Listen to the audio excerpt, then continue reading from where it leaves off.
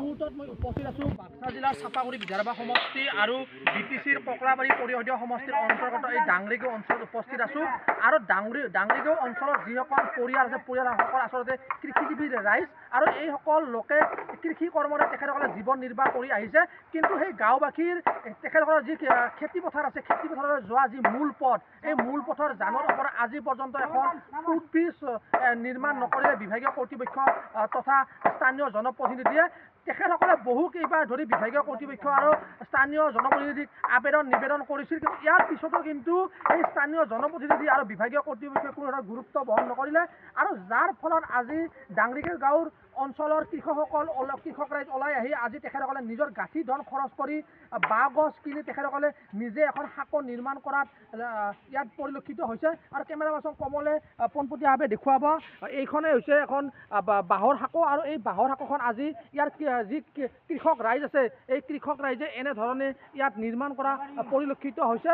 আৰু যিহেতু এইটো এটা জান আৰু এই সাঁকোখনৰ ওপৰেৰে তেখেতসকলৰ যিসমূহ কৃষিভূমি আছে কৃষিভূমিলৈ যায় ইয়াৰ কৃষক ৰাইজ। কিন্তু আজি পৰ্যন্ত কিন্তু স্থানীয় ৰাইজে হওক বা স্থানীয় ৰাইজে বহু কেইবাৰ ধৰি যি বিভাগীয় যি কৰ্তৃপক্ষ আছে স্থানীয় জনপ্ৰতিনিধি আছে তেখেতসকলে কোনো গুৰুত্ব বহন কৰা নাই আৰু যাৰ ফলত এতিয়া এনেধৰণে কৃষক ৰাইজ ওলাই আহি ইয়াৰ যি বাঁহৰ সাঁকো এই বাঁহৰ সাঁকো তেখেতসকলে নিৰ্মাণ কৰিবলগীয়া হৈছে নিজৰ গাঁঠি ধন খৰচ কৰি।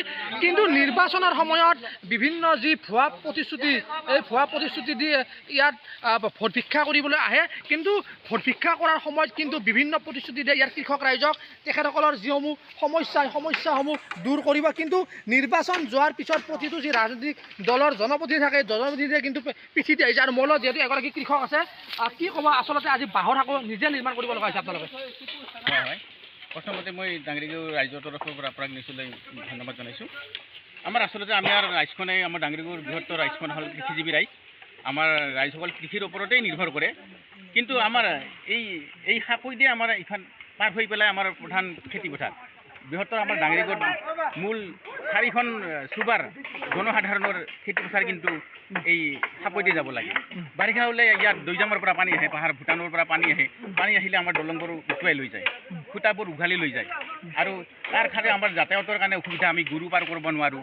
আমাৰ খেতিয়ক ৰাইজে মুঠতে তামাম হাৰাশাস্তি হয়। নদী পাৰ হ'ব নোৱাৰি, ভৰা নদী খেতি পথাৰত আমাৰ হাল বাব যাব নোৱাৰা হয়।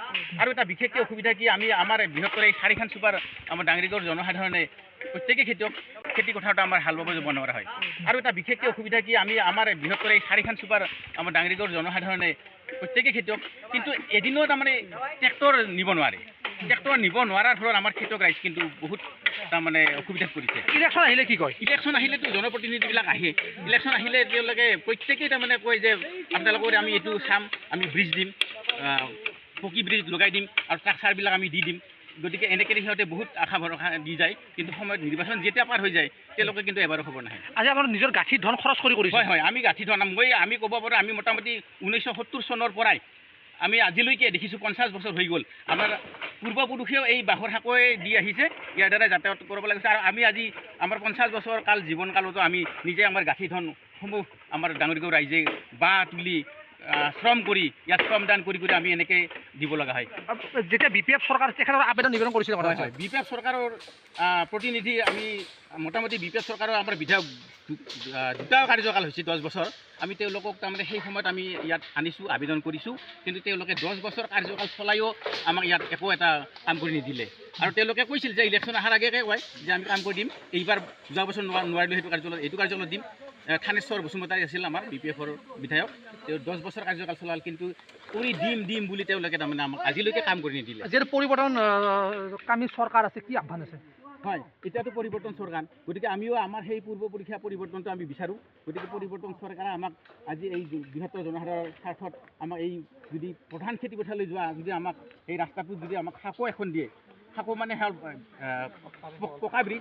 পকা ব্ৰিজ যদি দিয়ে তেতিয়াহ'লে আমি নথৈ আনন্দিত হ'লোহেঁতেন আৰু আমাৰ ৰাইজ উপকৃত হ'লহেঁতেন।